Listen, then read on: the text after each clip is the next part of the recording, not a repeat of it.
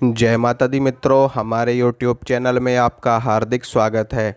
आज मैं आपको भगवान श्री हरि नारायण की एक साधना बताऊंगा 21 दिनों की। और इस साधना को करने के बाद आपको भगवान श्री हरि के दर्शन प्राप्त होंगे।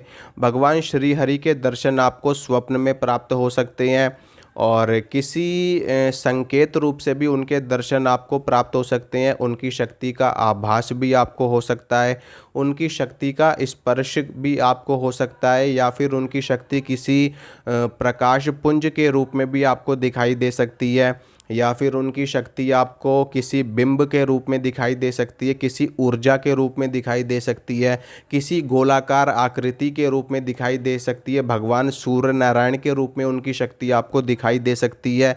लेकिन आप अगर ये सोचो कि हमें एकदम साक्षात रूप से भगवान के दर्शन हो जाएं, तो इसके लिए आपको भारी तपस्या करनी पड़ेगी। इसके लिए कठिन तपस्या करनी पड़ती है, बहुत ही ज़्यादा परिश्रम करना पड़ता है, तब जा कर के भगवान के साक्षात दर्शन प्राप्त होते हैं। लेकिन हाँ, इतना ज़रूर है कि अगर आप कोई साधना सच्चे मन से करते हैं और पूरे भक्ति भाव से करते हैं और मेहनत के साथ में साधना करते हैं, पूरे दिन रात एक करके भगवान की भक्ति में लीन रहते हैं, तो निश्चित रूप से भगवान के दर्शन बड़े ही सरल हो जाते हैं किसी भी भक्त के लिए।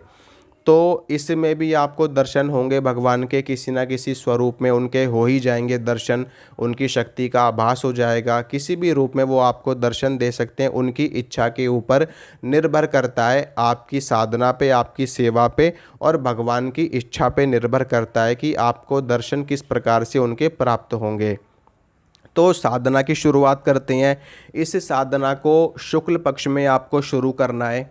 ठीक है, शुक्ल पक्ष में आप ये साधना शुक्ल पक्ष के बृहस्पतिवार से शुरू कर सकते हो, या फिर पूर्णिमा तिथि से आप ये साधना शुरू कर सकते हो, या फिर शुक्ल पक्ष की एकादशी से भी आप ये साधना शुरू कर सकते हो। साधना प्रातःकाल की साधना है और इस साधना को आप ब्रह्म मुहूर्त से लेकर के सुबह के 8-9 बजे तक भी आप ये साधना कर सकते हो। 10-11-12 बजे तक भी आप ये साधना कर सकते हो अपनी। ठीक है, लेकिन 12-1 बजे के बाद में आपको ये साधना नहीं करनी है, या फिर आप ये साधना सायंकाल में करेंगे। या तो आप ये साधना 12 बजे से पहले पहले कर लेंगे, 12 या 1 बजे से पहले पहले, या फिर आप शाम के वक्त साधना करेंगे 4 बजे के बाद से लेकर के सूर्यास्त होने तक 7-8 बजे तक भी आप ये साधना कर सकते हैं भगवान की। लेकिन रात्रि काल में आप ये साधना नहीं करेंगे कि आप इसको 10 बजे कर रहे हो, 11 बजे कर रहे हो, नहीं। रात्रि काल में ज़्यादातर तामसिक साधनाएं करी जाती हैं, और जो वैसी होती हैं साधनाएं, तामसिक साधनाएं होती हैं, यक्षिणी, योगिनी और माता काली की, भैरव जी की, ये सभी साधनाएं रात्रि काल में करी जाती। तांत्रिक साधनाएं रात्रि काल में करी जाती हैं। भगवान विष्णु की सात्विक साधनाएं होती हैं, दक्षिण मार्ग की साधनाएं होती हैं। तो ये आप 8-9 बजे तक कर सकते हो लास्ट।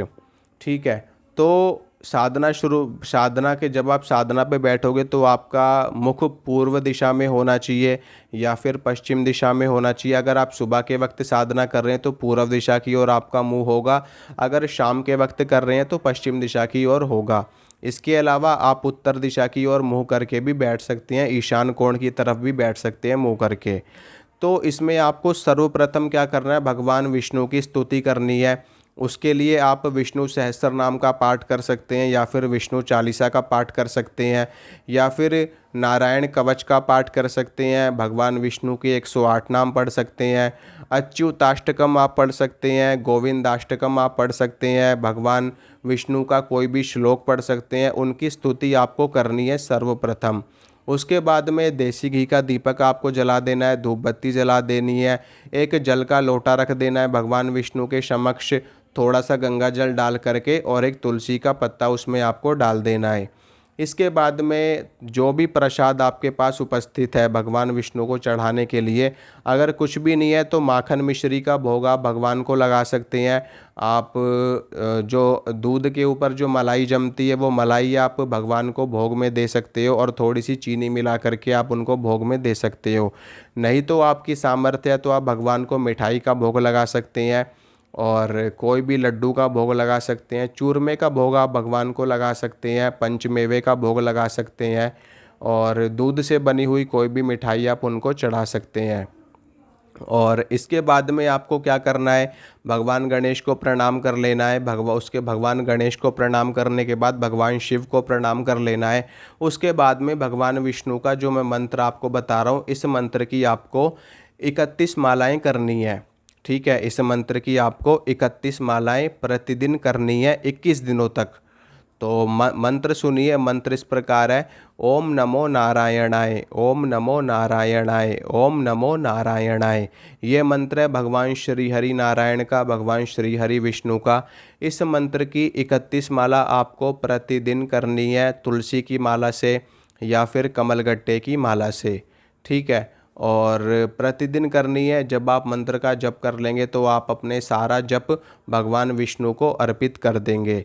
भगवान विष्णु के मंत्र के साथ में आप एक माला माता लक्ष्मी की भी कर सकते हैं। अगर आप ऐसा करेंगे तो अति उत्तम है, नहीं तो कोई ऐसी आवश्यकता वाली बात भी नहीं है और कोई ऐसा ज़रूरी भी नहीं है। सिर्फ़ और सिर्फ भगवान विष्णु के मंत्र की माला करने से ही आपको उनके दर्शन हो जाएंगे। हाँ, लेकिन अगर आप माता लक्ष्मी की साधना करते हैं तब उसमें आपको भगवान विष्णु के मंत्र की एक माला करनी आवश्यक होती है। माता लक्ष्मी तो वैसे भी वहाँ चली जाती हैं जहाँ पर भगवान विष्णु जाते हैं, लेकिन माता लक्ष्मी जहाँ पर होती है वहाँ पर भगवान विष्णु अपने आप नहीं आते जब तक कि उनका आवाहन ना किया जाए। लेकिन माता लक्ष्मी भगवान विष्णु की पत्नी है, उनकी अर्धांगिनी है। तो भगवान विष्णु के साथ में माता लक्ष्मी की भी आराधना करी जाती है क्योंकि ये उनकी शक्ति है। तो माता लक्ष्मी की भी अगर आप एक माला कर लोगे तो बहुत ही अच्छा रहेगा, आपकी साधना डबल हो जाएगी, आपकी साधना में तेज़ी आ जाएगी। तो माता लक्ष्मी का भी एक बहुत ही अच्छा मंत्र है। मंत्र सुनिए, ओम श्रीम श्रिये नमः, ओम श्रीम श्रिये नमः, ओम श्रीम श्रिये नमः। ये माता लक्ष्मी का मंत्र है और एक माला इस मंत्र की कर लेना और 31 माला भगवान विष्णु की करना। आपको ज़रूर भगवान विष्णु के दर्शन प्राप्त होंगे। उनसे प्रार्थना करना, उनकी भक्ति में लीन रहना। बाकी के समय आप मन ही मन में नारायण नारायण का पाठ कर सकते हो, विष्णु विष्णु का पाठ कर सकते हो, हरि हरि का जप कर सकते हो।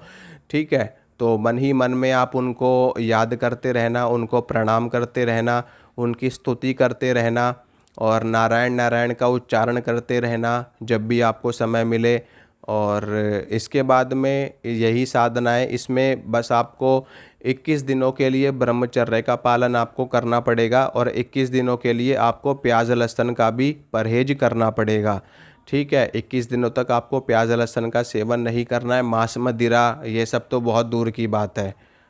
तो बिल्कुल सात्विक साधना है, ब्रह्मचर्य को धारण करके और प्याज लहसुन का त्याग करके आप ये साधना करिए।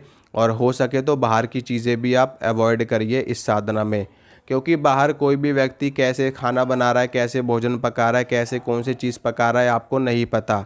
पता नहीं उसने अपने हाथों को धोया है कि नहीं धोया है, पता नहीं उसने क्या खाया है, क्या पिया है, क्या कर्म किया है, क्या कृत्य किया है, आपको क्या पता। तो इसलिए हमेशा साधना के वक्त में, अनुष्ठान के वक्त में, इसीलिए बाहर की चीज़ों को त्याग करना ज़रूरी रहता है और बाहर की चीज़ों का खाना वर्जित रहता है। यहाँ तक कि अपने घर में भी खुद के हाथों का बनाया हुआ भोजन ग्रहण करना होता है साधना के वक्त में। इसीलिए लोग फलाहार लेते हैं, इसीलिए लोग व्रत करते हैं ताकि उनकी तपस्या सफल हो सके, उनकी साधना सफल हो सके। तो इन सारे नियमों के साथ में आप साधना करोगे तो निश्चित रूप से उनकी शक्ति आपको अवश्य प्राप्त होगी और किसी न किसी रूप में उनके दर्शन आपको ज़रूर प्राप्त होंगे। तो वीडियो को लाइक करिए, वीडियो को शेयर करिए और चैनल को सब्सक्राइब करिए। मिलूँगा आपसे अगली वीडियो में। जय माता दी।